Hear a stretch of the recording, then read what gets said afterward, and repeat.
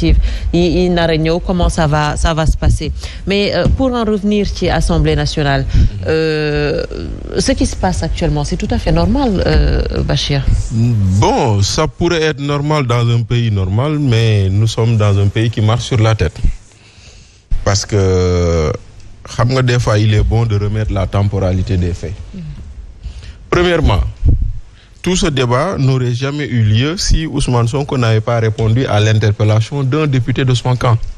Bu leen fàtte ni Guy Marius Sagna moo ko bind mu tontu en répondant à Guy Marius Sagna mu ne yéen Assemblée nationale seen règlement intérieur bi baaxul tant que joyantiwu leen ko duma fa ñëw. waxatu bu dajee gëstu.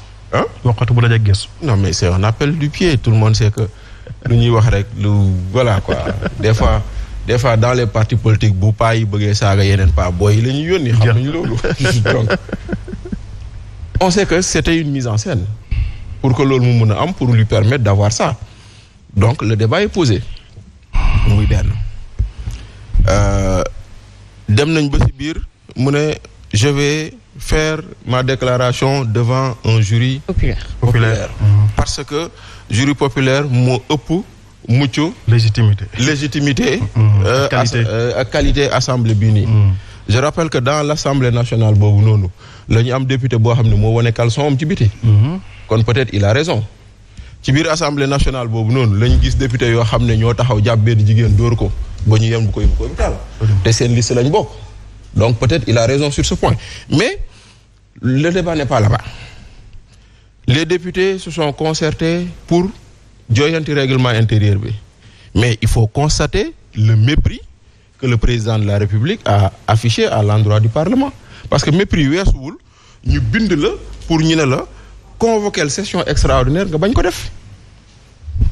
Le président a refusé de convoquer la session extraordinaire mais constitution dafa ne bu président assemblée bindee président de la République am na délai boo xam ne bu tontuwul moom mën na woote session extraordinaire donc moo waral session extraordinaire am ñu joyanti règlement intérieur bi donte il faut également le préciser la constitution à elle seule suffit au premier ministre pour faire sa déclaration de politique générale parce que article 59 dafa wax lu leer après sa nomination le premier ministre fait c'est du français c'est un impératif newuñu va faire ou doit faire dañoo ne fait sa déclaration politique générale. Voilà donc fait boobu noonu impératif la amuluñ ko délai maintenant comment le faire le règlement intérieur mooy organiser loolu mais à l'absence de règlement intérieur il n'est pas dit que le premier ministre ne peut pas faire une déclaration de politique générale donc muy beneen maintenant joyant nañ règlement intérieur bi toog nañ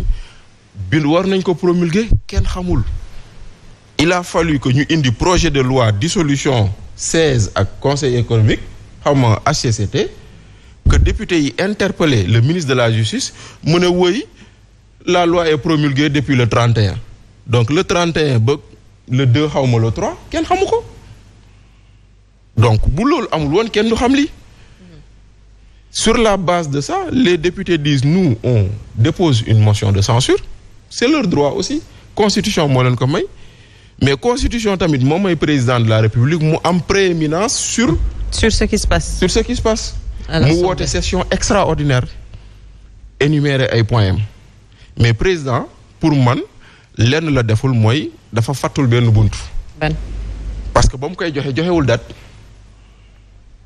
dafa ne woo leen def leen seen session extraordinaire point bu boobaa nag député yi ñoom tam ñu jël prérogative boo xam ne c'est règlement intérieur moo leen ko jox moo leen ne ñun député yi président moo am sañ-sañ fixel ñu agenda date fixel ñu nu ñu kii bu ko deful article 19 dafa ne conférence des présidents moo koy def conférence des présidents ñan ñoo fa nekk le président de l'Assemblée les vice-présidents le secrétaire élu je pense xawma les présidents de groupe plus le représentant des députés non inscrits et il faut pas l'oublier même s'il assiste il n'est pas membre le ministre en charge des relations avec les institutions donc tout ce qui se fait devant le gouvernement mais nga baal ma foofu joxewul date par contre si règlement intérieur bi dans son article 97 wax nañ une fois que président bi envoyé projet de loi bi député yi am nañ au minimum 8 jours waaw d'accord voilà waaw léegi non léegi nag xaaral nag léegi maintenant xam nga foofu noonu day fekk la DPG minimum 8 jours la. waaw donc ça veut dire que l'initiative vient du gouvernement. effectivement bu boobaa mais fii nii ñii dañoo taxaw ci article 97 ñii taxaw ci article 73. kon chacun pour man. mais yaa wax ne président moo am priorité. yaa ko fi wax léegi rek. donc ça veut dire que lui quand il introduit ses projets de loi. et parmi ces projets de loi. am na déclaration de politique générale. c'est pas un projet de loi c'est l'ordre du jour. waaw si tu veux. waaw c'est l'ordre du jour. mais dans tous les cas.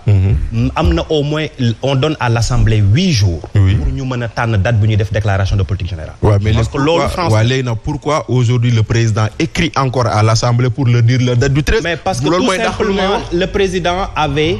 parce que loolu mooy dàq lu mooy maanaam président bu joxe woon date l'Assemblée se conformerait à la date donnée par le président. Non mais étant donné que les textes sont clairs. su fekkoon l'Assemblée avait joué franc jeu ou bien la conférence des leaders yi ngay wax. non conférence des présidents dinañ xam ne bu texte bi duggee la 4 boo si yokkee 8 jours au minimum le 12. c'est pas forcément en se basant sur l'article 97. léegi nag ñoom bu ñu tànnee le 11.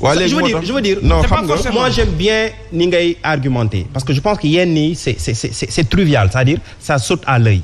Ils ont je veux dire délibérément choisi le 11 parce que pour ñoom bu ñu eggee le 12 président dina mën a tas assemblée. waaw léegi loolu exeguñu foofu c'est-à-dire que xam nga tamit lu ngay wax jarul xam-xam waaye lu président def tam jarul xam-xam c'est une manœuvre politicienne aussi. parce que président lu ñuy def nii yëpp amul lenn loo xam ne lii nii am na fa xam-xam lu dul manœuvre politicienne.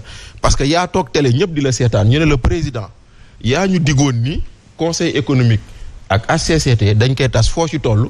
nga jàkkaarloog sénégalais nga ne bëgg naa ko sama yéene la génn ma si mais aw ma majorité. kon boo dugalee projet de loi yaa ngi def politique politicienne. tout à fait tu es dans la manœuvre politicienne il faut qu'on soit d'accord c'est-à-dire que muy président de la République muy assemblée tout le monde fait de la manœuvre politicienne. c'est de bonne guerre aussi. c'est de bonne guerre mais maintenant tout le monde le fait en usant des textes. kon nag nañ xam loolu ñii di wax waxu article 97 moi je leur donne raison mais ñii indi article 73 aussi je leur donne raison et la preuve pour wane loolu. gis nga président ba mu ñàkkee bind date ci première convocation bi ba assemblée nationale jàppee date daf leen bindaat ne leen jàpp leen date bi donc moom président prééminence boobu mu am sur le parlement s'il en avait usé dans sa convocation coow li du am kon tey jii nii lii nekk di am nii quelque part c'est des politiciens de tous bords pouvoir comme opposition qui se jouent des Sénégalais au détriment des problèmes des préoccupations particulièrement poignant des Sénégalais parce que tey jii nii ñun lu ñuy xaar ci loo xam ne ni dañ ko war a gis ci ay solution ci ay mbir yoo xam ne ñu ngi koy nu mu tuddati nit ñi ñu ngi koy jànkonteel du jeex mais barki démb rek à Mbour on parle d'une pirogue qui a chaviré xam nga qui a disparu depuis plus de 2 semaines avec plus de presque 150 personnes ak yeneen ak yeneen ak yeneen donc tey jii nii lii am nii j'espère que fii lay yem. espérons. j'espère que lu si war a am moo di ni léegi on sait que le 13 le premier ministre dina dem defi sa déclaration de politique générale si tant est que au 12 à minuit on dissout pas le parlement. parce que tey jii nii bu fekkente ne président dafa wax ne le 13 premier ministre day dem et le 12 ñu ne la fa nga waroon dem ñooñu faatu nañ kon dem dootul amati. mais par élégance Moussa.